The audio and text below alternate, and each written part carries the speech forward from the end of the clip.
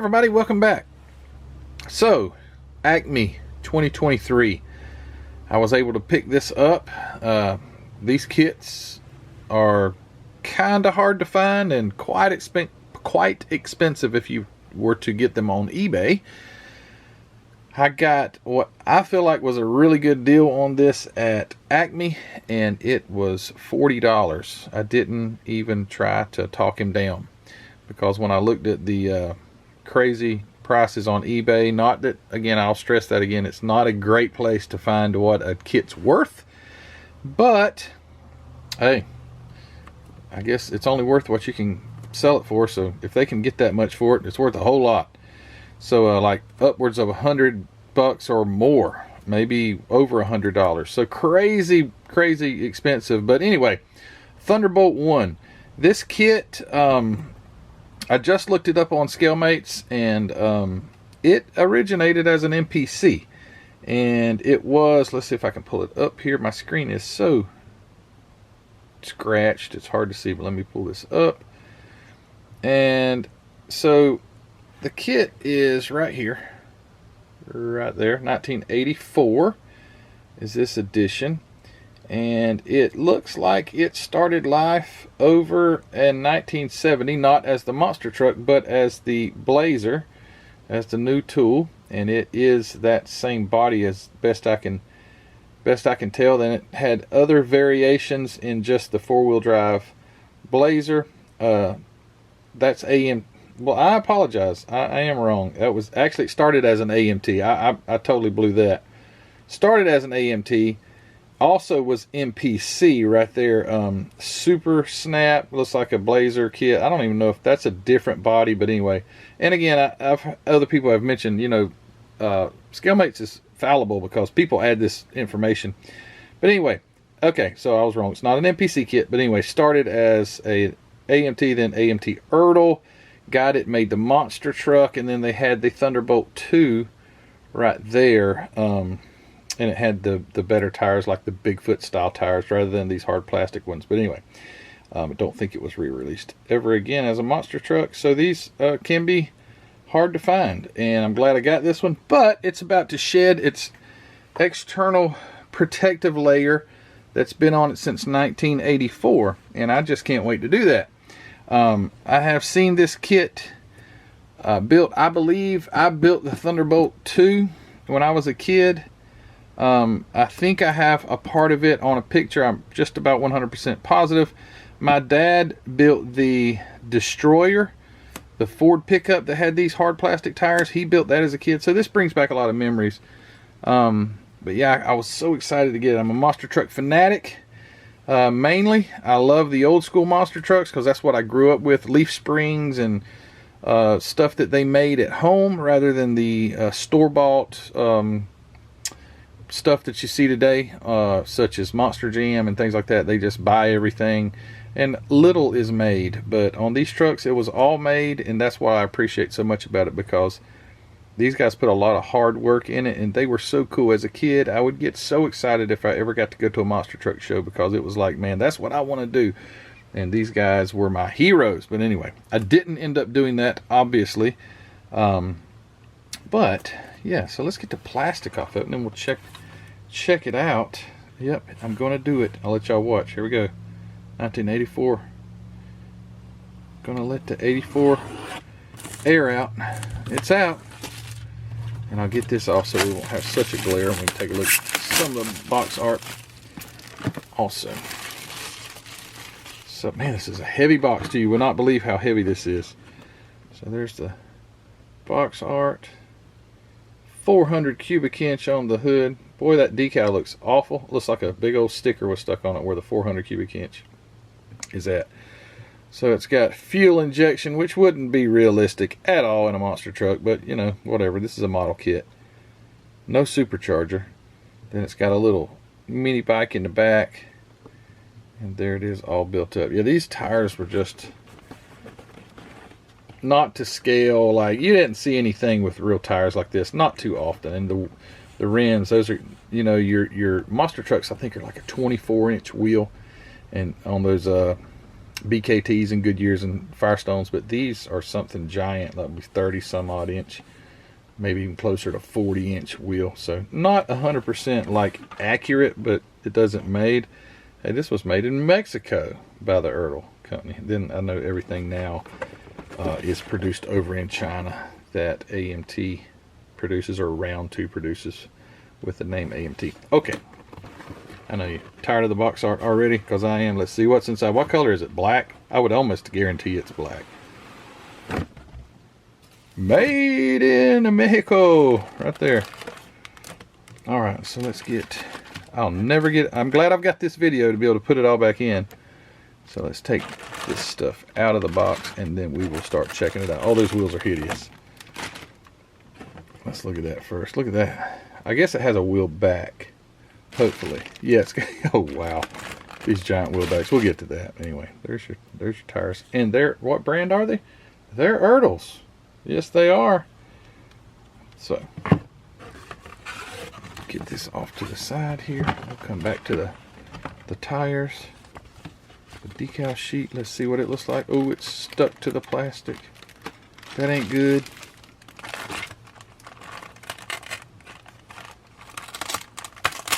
Oh boy. I think they're gonna die. Oh. There we go. Oh, not too bad actually. The actual decals. Now the sheeting under it's all streaky looking, weird, but the decals actually look nice and clear. Not bad at all. Lots of contingency type of stickers. It's got Lightning Larry. Where is that? I didn't see that on the truck itself. It says I eat Lincolns. Nothing about Lightning Larry. I don't see that. Those decals looked hideous. Look at that. Wow. I could have done a better job than that. Here's the yellow pinstriping that goes around. Oh, look at all. It also has where it goes. It's pretty interesting. But yeah, the decals aren't that bad. Don't know if they're any good, but they don't look bad. All right, so let's get started.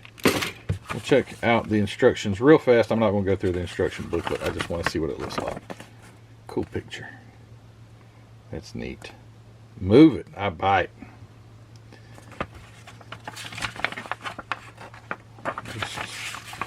A different type of instruction manual. It's wide, and it's like booklet style.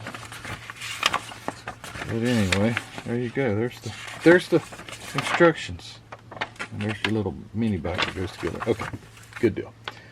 Let's go and get this opened. So it's like the body and everything that would have been in black, which is weird because a lot of the suspension stuff is in white. That doesn't make any sense at all because it's black on the box art. So we're dealing with, let's just say 1970 on the body. So it looks like the molds were probably made in 1970. So let's see what 1970 brought us. Although this was made in 84, I understand that. Get out of there. So there's the body. Not too shabby. Got the little wood grain going on in the and they just painted that black, but yeah, wood grain. Let's see if I turn my phone back on, go to Scalemates, if you can see there's wood grain possibly on the original. Let's see what that looks like. Oh, the reception out here is horrendous. So here's the first one. No wood grain. That was kind of like a Baja racer. See what this one's got. See if it has the wood grain. No wood grain on that one. Okay. Let's see if that one's got the wood grain. It's black. I don't know about the wood grain. Where did that come into play? Oh well, anyway, it's got wood grain down the side. Like, I've never seen anybody like with wood there, but anyway, that's what it's got. Got all the little wires and stuff. It's actually pretty crisp looking body, not too bad. Not too sure. Got very nice deep panel line gaps. That's nice. It says something right there, but I can't read it. Maybe you guys can make out what it says. I ain't got a clue. Probably like Chevy 350 or something like that. I don't know what it says. Anyway, there you go. Cool little top off blazer. There's your interior. Door panels all made into it, or door cards as some of you guys call them. There's your dash, which looks very aftermarket as far as the gauges look, which I don't know what a blazer this, maybe that looks stock, but it's nice and flat like that, and it's also kind of a wood grain. But anyway, maybe that is stock the way it was supposed to look. You got your radio and your heating and cooling. I don't know if it would have had any cooling, but there's the back part. Looks like the tailgate of the truck, maybe the inside part of the tailgate. Yep, because here is the rear part of the tailgate right there. There we go. Big cow catcher for the front. These very 1970s design seats, very gaudy. Alright, anyway, there's the seats. And the hood, you can see the cutout there. I guess you could have done it without the hood being cut out, but there's the underside. I don't remember. Yeah, it does. The injection does come up through the hood, so it's got a nice little hood latch under there too. So it's got some pretty good details. But if you wanted to use the hood without the hole in it, you'd have to somehow try and mold that in without losing that detail, and that would be impossible. So there's that. There's your console. Between the seats, I don't know what those are right there. No clue. There's your steering wheel. And some other parts that I don't know what they are. No clue. That looks like the top of a... Oh, that's the roof. Okay, that's the canvas roof right there. So that would be stretched across the roll bars, and then there's the roll bars right there. And here... tree is broken right there. Let me get it on off. Get off of there. Alright, so there's your... Okay, these are stock axles. Oh, okay, I know why they made it white now. Okay, so this looks like it's all the stock blazer. So it comes with the stock blazer as well as the... This bag is going to have all your monster truck stuff. Okay, so I get that now. But anyway, there's your... original axles and all for the stock version, springs and drive shafts and all that stuff. So that's pretty neat if you want to build it stock. I didn't even know that stuff was in here. And those look pretty good. Everything's nice and clean. And there's your pan for your either transfer case or oil pan, your skid pan there. Backs of the seats and the wheel backs. And there's a winch. Right there. There's a winch for the front of it. Right there. And I think that would stick through your cow. The hook would stick through where the cow catcher goes. Or brush guard or whatever you call it. Here is the stock. Okay, I think you would still use the engine here, but not the stock intake. So it's got all the stock parts. It's got the headers here, which I'm imagining they will also be used on the monster truck. Water pump, transfer case right there, oil pump, fan, all that stuff looks real good. It's really, really nice. There's your breather, cylinder heads, and distributor. It's big standard grandma 4-speed, or ain't that what they call them? Grandma 4-speed? My brother-in-law came in on me. I'm asking you a question. Is it grandma 4-speed? Granny low 4-speed. Is that what it's called? 4-speed granny shifter. Granny shifter. Granny 4-speed. Granny 4-speed. I think that's what you'd call it. Or we would around here in these parts. Big old cast iron standard shift. And then there's your chassis. And I'm believing all that's going to be used for the monster truck. which that wouldn't be real accurate for a monster truck. A lot of times they would take, not that they wouldn't use the original chassis, because I think the original Bigfoot #1 has the stock chassis under it with all the, I mean, it's probably got some extra bracing, but sometimes you would see on these monster trucks in the early days, they would take the original frame and they would build a square tubing frame under it, and they would just weld the stock frame to the top of the square tubing, so all the body and everything would still mount up. And that's how I've seen that done, at least. There's some exhaust dumps. The chassis and all that stuff looks real nice. Alright, let's get into this bag here. Where'd my knife go? This is your monster truck stuff. So this is the part that I like. I'd probably never bought the truck if it was just the Blazer, but because it's a monster truck, I dig that stuff. So here are your wheels, your big gigantic diameter wheels. And I'm not saying that they would never use anything like that. There were trucks that had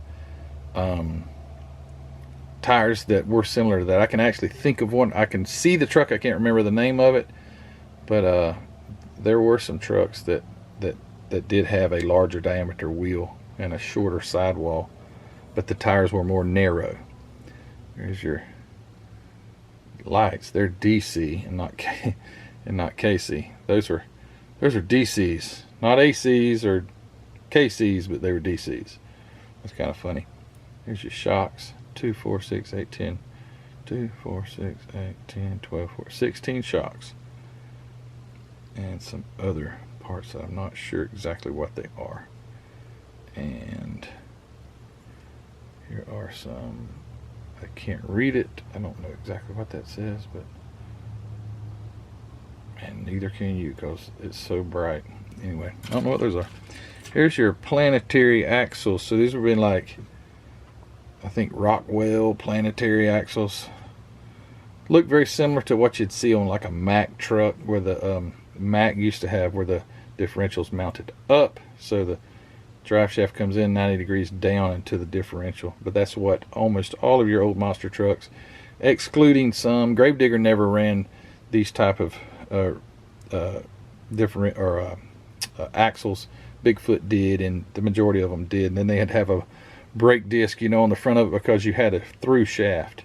You had the drive shaft coming, or the drive shaft came through, and it went straight through, and then at 90 down and went into the differential, and you'd have a brake disc mounted on the front. And I think I can see something like that right there. If you'll notice, maybe right there, something like a brake. I don't know, but that's how they would do it.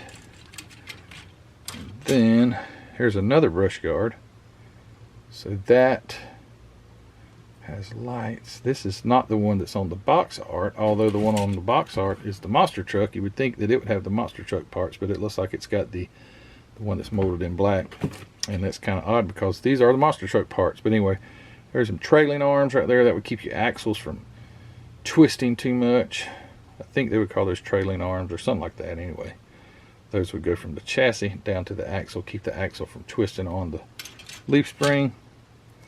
And here is your little dirt bag that comes with it. There's your tires. There's the motorcycle chassis. Let's see, it'd be like that.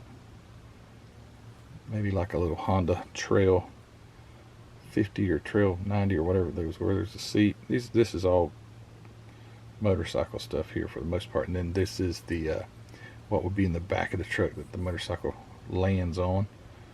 Yeah, that's all the motorcycle. And then your big old gigantic leaf springs that wouldn't give an inch. And that's what would cause these guys to have back injuries and all, because they would use such heavy duty springs. And they didn't have a lot of stuff. They didn't have a whole lot of options. So they would use these heavy duty military style springs and things like that. And it just would beat the living mess out of those drivers. Those are your, where your drive shaft comes in, and then it mounts and then dumps down into the rear differential. And on the front side would be a brake disc. So that's what those are for that. And then there's your monster truck transfer case. It's bigger than the one that was for the stock truck. And then here are those ginormous unrealistic as can be inner wheels that mount right there on those, like giant white walls. But you would obviously want to paint those black. But yeah, that was the downfall of, to me, for this kit, is the tires. They were just, I don't know, they're not that bad looking as far as the tires. They're just not realistic because of that. And I think they did it just because that was how they had to produce it in the mold, because it's made out of styrene plastic, so it had to be made in a mold. So instead of splitting it down the middle, they decided, well, it would look better, I guess, if it was just, we'll cover it up on the back with this big old, and honestly, if you get it painted right, you might not could tell it so much, but this center cone doesn't look very realistic. So maybe if it was inset, you could disguise that. Oh well, that's just how it is. And here are your drive shafts. This one would be from your transmission to your transfer case. And then you've got, why do you have 4 different drive shafts? I don't know. Don't know why it's got so many drive shafts. Couldn't tell you, because it had drive shafts for the stock truck, but now it's got these. So I don't know. That's a good question, Matthew. Thanks for asking. And there's your roll bar for the nope. Okay, that's where those square things went earlier that I said I couldn't read them. They go here. They're light covers. But again, this is using the lights from the black parts of plastic, which aren't monster truck parts. This is kind of confusing. It's like they didn't use all of the monster truck parts, and maybe they built that model kit before all these extra parts were made. I don't know. But there you go. There's a different roll bar and a selection of drive shafts. So if it's a little too short or a little too long, just try a different one. Maybe that'll work. And here is the back part of the roll cage. Guess that would glue right on like that. Something like that. Anyway, the chrome tree, I forgot about that. Chrome tree. Let's see what's in here. Tail lights. So here's your windshield. That's all you got because it's an open cab blazer, and your headlights. And then your little tail lights are right here. And then here are your stock wheels. So got some chrome steelies, which those look pretty good. You don't have tires to fit on them, but that would have been nice if they had thrown in the tires that will also go with it. So you got the steel wheels for the front with the your hubs sticking through, so you could go outside and lock your hubs. And then you got stock hubcaps. I remember that style of Chevrolet hubcaps. It was before me, but I remember seeing those on trucks when I was a kid. I always thought they were ugly, by the way.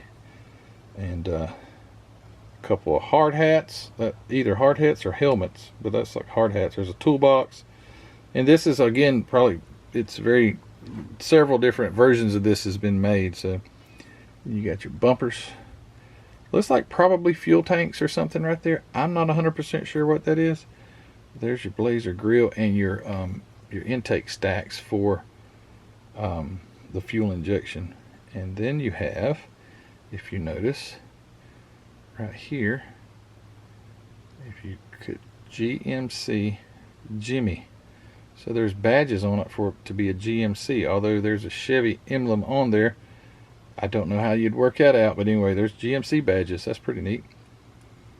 And carburetors, shifters, tachometers, your alternator, and some other stuff. But anyway, pretty neat.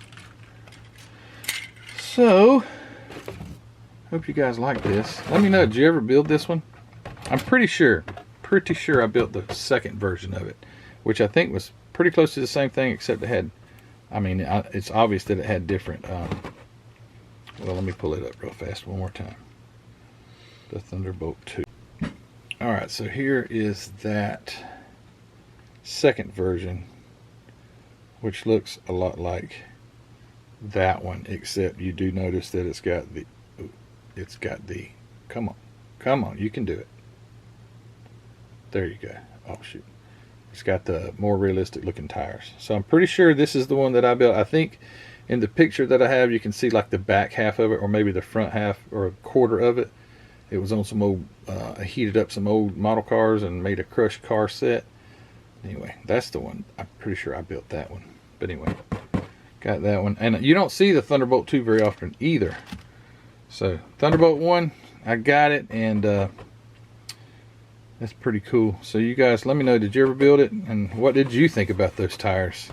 Especially I like how they photoshopped this out even before Photoshop was cool, but that's totally black in there. You can't see a thing, so they were hiding it. But anyway, pretty cool. I think it's neat because it brings back a lot of childhood memories, and it's a rare kit to have. Hey, if I ever can't pay the light bill, I can start selling off model kits, and that you start with this one. You might can pay half the light bill with this one. But anyway, guys, thanks for watching. Do appreciate you. Don't forget to go check out my new website, mcvproducts.net. Go over there and grab you some of those great ProTech parts, as well as some 3D printed stuff I'm starting to get on there. Just a few, but go check it out. It's doing well, so I do appreciate everybody's support over there. Thank you to hobbynutmodels.com. Go over to Hobby Nut Models and grab yourself some great MCW paint, or some glue, or a model kit, or anything that you can imagine that goes with the model hobby. Go over there to hobbynutmodels.com and get yourself set up to build yourself a quality model kit. And yeah, go peruse the website there, and you'd be surprised what you might find. Mark's always getting some new kits in, older kits that's been on someone else's shelf for a long time, and then he gets them. So you never know what you're going to find. Go check it out. And thank you to my Patreon members. You guys are great. So with all that said, all right, guys, take care, and we'll see you later.